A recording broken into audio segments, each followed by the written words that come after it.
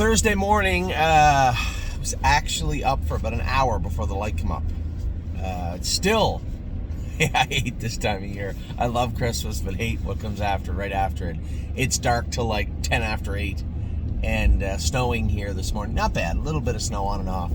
I have 5 3-year-olds to train. The ones that are either beginning to train or getting closer. Chance, really happy with the way his legs look. No chance in Hill. He was on the left line pretty hard last time we trained him. It's not new for him, but it's indicative of something bothering him. And we had the vet go over him. He couldn't see anything really. You know, he's a big, heavy colt. His legs look good. So today I'm going to train him 1.5 miles.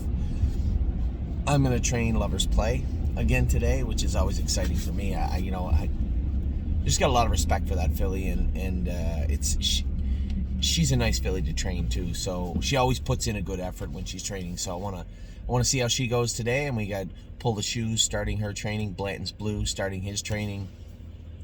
There's one other. Purple People Eater will start her training today too. So those are the 5 3-year-olds I'm going with. This time of year, I always feel like I forget stuff, right? And there's so much transition right now. I'm quietly starting to look at stakes, the staking booklets when they come out. So I'm trying to think of what we did last year, what didn't work. I had some notes that I had made from last season also that I'm going to go over. And we're always trying to be the best we can, whether that be in the way we stake or the way we buy, when we sell, and the selling part.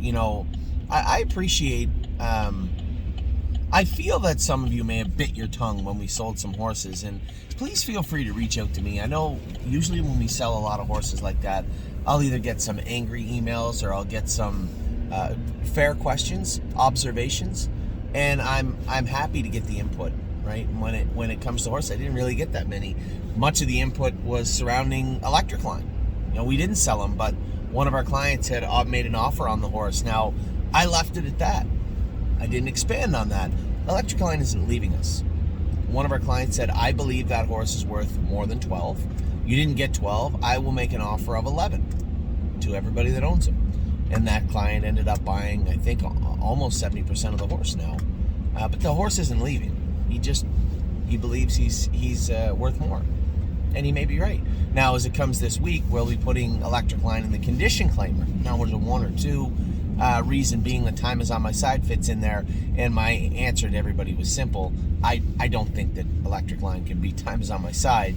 So, in reality, now anything can happen in a horse race, but in reality, I would rather race for $6,000 or $7,000 in the condition claimer than race for second place money in the open. And that particular client said, if you finish second in the straight numbers one, he still fits a maiden on money.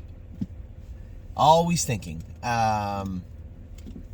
We could. The problem is that Electric Line's a little tricky to drive, and I'll have to drive Time Is On My Side. So I'm going to have to think about that today, what I'm going to do. So, a lot of questions coming in about Electric Line, and they were all very observant. And again, one of them led me to believe that maybe I didn't communicate as well as I could to what was going on regarding Electric Line, and my complete apologies for that. I need to expand. I see it as black and white in my mind, but that doesn't mean that it doesn't leave a lot of gray area when I don't explain it better. So I apologize for that. What else? I guess we can circle back to Kenobi last night. Really happy with him. Just want to make sure I've got everything here when we're talking about horses moving around. I think, greatest ending. Now, obviously, many of you have watched. He raced terrible the other day. Raced kind of mediocre the week before and very flat the week before that. Now, we've been monitoring his blood work and scoping him. There was nothing on the scope, which is good. But his blood work showed slight elevations in his GGT after his start 2 weeks ago. Nothing really that concerning. The high end of normal, really. But his AST was still up there, and one of our clients had said, Chris had said to me, he's maybe just not a half-mile horse. I feel he is, because I've trained him in 52 at Northfield, but training in 52 and racing in the open in heated competition are two very, very different things. So I would at least have to give some credence to what Chris had said. So we did draw his blood. Sure enough, his AST was mildly elevated. Certainly nothing that, more than enough. When you looked at that blood for any horse, you'd be like, oh, horse tied up, no big deal. We've been working to keep him from tying up. Now, it's nothing that we can't get that level down. We will get that level down. It's not super high. The problem was about 8 lines below the AST was his liver count. I had told you guys that Kenobi's was as high as I'd seen since Osopine 4 years ago. This guy made it all the way to Osopine. 113 on a scale of 0 to 36, which is exceedingly high. We'll keep him out of competition next week. We're going to work to, I guess, have him firing on as many cylinders as we can his next start. Now, the good news is he's way down in class. Bad news is there's no gimmies waiting for him there either. Just because you're way down in class doesn't mean the class isn't going to go in 53 or 54 over the Meadows, and he's going to have to be ready to do that. So how do we do that? How do we have him ready to go there?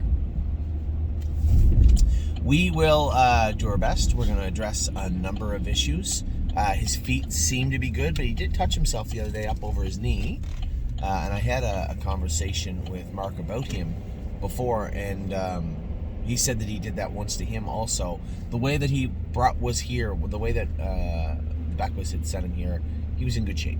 So we put the shoes back on that we had on him. I don't think he was horrible with the other ones on, but he just wasn't good enough. Why not put the ones back on him that, even if I didn't love them, Horse did. Horse liked them and raced pretty good third and 53 in the mud his first start. So put him back to the way he was, get him over to the Meadows, a bigger track, where he's raced well before. He was second in the Pennsylvania Sires in 150, I think, with Mark driving him, my brother driving him, way back when. So why don't we do that? That's the second step. Third step, make sure all our bases are covered when we get there. Is GGT, get it down as low as we can. We can't get it down in 2 weeks. I'm almost tempted to turn him out, but I don't think we're there yet.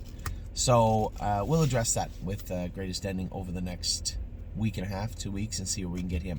Now, that out of the way, again, this time of year, we're trying to polish those rough edges of the stable, whether they be horses that can't do, right, that are up over out of their depth, so to speak. They've gone up in class, or for whatever reason just aren't effective right now, aren't competitive right now. We're trying to polish those rough edges. And again, once we get all the horses in, assess our stall situation, how many stalls we have. I think we're good now. In fact, we're maybe in a position where if we move some of the, if Greatest Ending goes over there and Kenobi goes to New York, and I don't think Kenobi's going to go anywhere until we max out those two extra wins that he is waiting for us in that class last night. We'll talk about that in a minute. And then Tech Song Soprano goes to Yonkers with Megan. Once we get all that done, if my math is right, we'll be plus 2 or 3 stalls here. So that's good. That's a good thing. Now, let's talk about Kenobi last night real quick. We bought this horse to be a nice horse. We gave him time. We raced him. I thought his first start, he raced fair. He raced okay. Chris drove him, finished up third in the non-winners of 2, but not more than 5. I thought he raced okay. And then he came back with just a horrid effort. His next start, a little bit of mucus found, no blood. It was a little bit concerning. Trained him up. Liver, drew his blood. His liver was high. So that obviously was what happened in his last race. So we've been working on that. Raced him last night. Get away in the 2-hole. Somebody said, well, Chris Lem's let you in the 2-hole. No, he didn't. We were trotting wide open into that first turn. And if I'd have kept going, Aaron would have had to let me go. But I ended up dropping in the 2-hole, and nobody's giving you anything. I don't care that Chris had driven for us in the past, or that Aaron has, or that Ronnie has. They're out here trying to make money, and there's no gimmies out there. So we got away in the 2-hole, and I felt at the quarter pole, I got a bead on that horse. Keep in mind, we dropped him way down, right? We paid $55,000 for Kenobi and had him in an optional 30 that when his tag, they could have claimed him last night for 37. But that's what he's worth right now. Doesn't really matter what we paid for him. And that's the one mistake that people make. They're so worried about what they put in, they don't realize they're not getting any out. If we'd have went and tried to race him in that non-winners of 5 again, that goes in 55 at the Meadows, all we would have done is ensured that a couple more starts in that class, and he might not even have done in this class. But last night, really liked, he sat in the 2-hole, and I could tell at the quarter pole, he was sharp. He was ready to go. And I know that he just got up, but if you watched the last 100 yards of that race, Aaron was down on top of me. I had to steer him twice around his wheel, and then we took off and sprinted right through. Now, that wasn't a stake final. That wasn't an open trot. Yeah, it was a condition claimer, but it was still a win, and none of those horses are going to bend down or bend the knee for anybody coming into that class. And I thought the horse raced well last night. Not exactly what we bought him for, but I can tell you mechanically, felt very, very good last night. So there's our baseline this week. Better every week. And I think if we can max out those other 2 wins in this class, send him to New York, horse like him, handy as a bugger on a half-mile track with those hobbles on, leave like a cat off the car. I think we could do some good with this guy in those classes down there. So really happy with what I saw from him last night. Now, of course, a big day coming up. I mentioned the training. We also have Carter-Michael Dio, who is racing today also. I'm very excited to race him. Why can't I even remember 2 horses? I'm losing it. I know it's not Cranny. It is Resolute Bay. Man. Resolute Bay, probably, I look quick at the program. Looks like we're probably going to get away 3rd, 4th, or 5th. He's going to have to race today. And, for a horse that doesn't really like being out in the last turn, we're going to have to navigate the race best we can. But, I think this is a good spot for this horse right now. A little shake-up. He had a week in between his last race. He's got a good look at the meadows. We're going to race him accordingly today, and I think he'll be just fine. Tomorrow, Saturday. Saturday, we're looking to train the babies. Now, if the weather channel holds up good today, I'm going to put a call into Curtis and Steve and ask them if maybe we can video the horses again Saturday morning for you. Now, is it possible to simultaneously video the ones in Ontario?